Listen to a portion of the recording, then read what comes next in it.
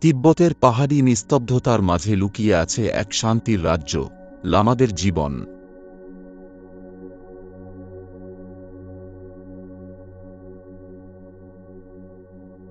ভোরের প্রথম প্রার্থনা থেকে শুরু করে রাতের ধ্যান, তাদের প্রতিটি মুহূর্ত ভরা গভীর আধ্যাত্মিকতার উপরে। লাল পোশাক, প্রার্থনার চাকা আর ধূপের ঘ্রাণে মিশে থাকে ভক্তি ও ত্যাগের গন্ধ। তারা বিশ্বাস করেন, জীবনের প্রকৃত মানে হল মনকে জাগ্রত রাখা আর পৃথিবীকে ভালোবাসা। আধুনিকতার কোলাহল থেকে দূরে এ যেন এক জীবন্ত সাধনার ভূমি।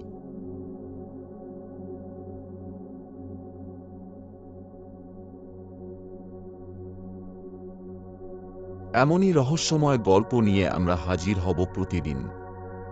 ধন্যবাদ আপনাকে ভিডিওটি শেষ পর্যন্ত দেখার জন্য। জয় ব্লগ।